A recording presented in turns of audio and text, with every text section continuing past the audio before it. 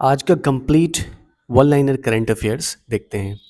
सबसे पहला है कि प्रधानमंत्री ने कश्मीरी पंडित समुदाय को उनके प्रमुख त्योहार हेरथ पोस्त पर बधाई दी।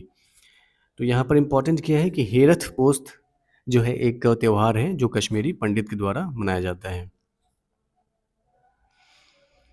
यूनानी पद्धति में नवाचार और साक्ष्य विषय पर राष्ट्रीय सम्मेलन मुंबई में संपन्न हुआ।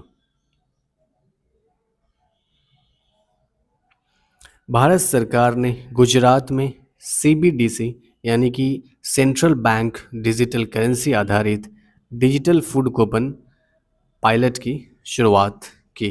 कहाँ पर? गुजरात में। नैतिक, समावेशी और उत्तरदायी एआई उपयोग को बढ़ावा देने के लिए 16 से 17 फरवरी 2026 को राष्ट्रव्यापी डिजिटल अभियान की शुरुआत की जाएगी। ये किसके द्वारा है? तो मीटी के द्वारा, इंटेल इंडिया के सहयोग से। केंद्रीय गृह एवं सहकारिता मंत्री श्री अमित शाह ने गुजरात की राजधानी गांधीनगर में सीबीडीसी आधारित पब्लिक डिस्ट्रीब्यूशन सिस्टम की शुरुआत की।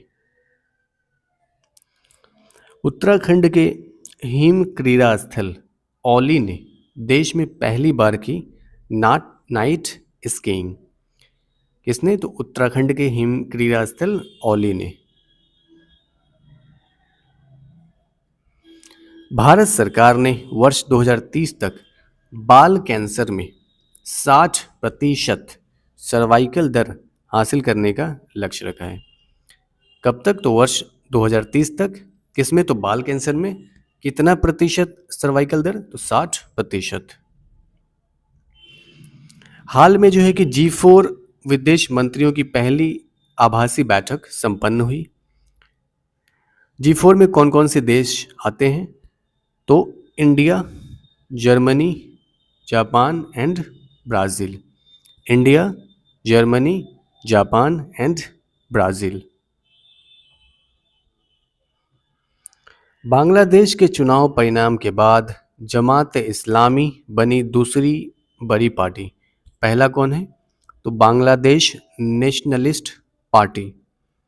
और सेकंड नंबर पे सेकंड बड़ी पार्टी कौन बनी है? तो जमात इस्लामी। और शेख हसीना की जो पार्टी थी अवामी लीग, उनको तो चुनाव लड़ने ही नहीं दिया गया। आईआईटी गुवाहाटी ने विकसित की भूजल से 99% आर्सेनिक हटाने की विधि। तो किसने विकसित की? तो आईआईटी गुवाहाटी ने।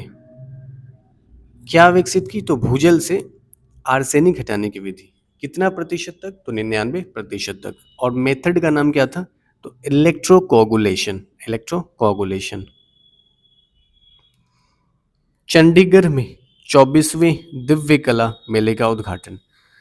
तो दिव्य कला मेले का उद्घाटन कहाँ हुआ? तो चंडीगढ़ में। कौन सा संस्करण था? तो 24th। डॉक्टर जितेंद्र सिंह ने चेन्नई में राइज कॉन्क्लेव 2026 का उद्घाटन किया। तो राइज कॉन्क्लेव 2026 का उद्घाटन कहाँ हुआ? तो चेन्नई में। किसने किया? तो डॉक्टर जितेंद्र सिंह ने। भारत सरकार ने सड़क दुर्घटना पीड़ितों के लिए कैशलेस उपचार योजना पीएम राहत का शुभारंभ किया।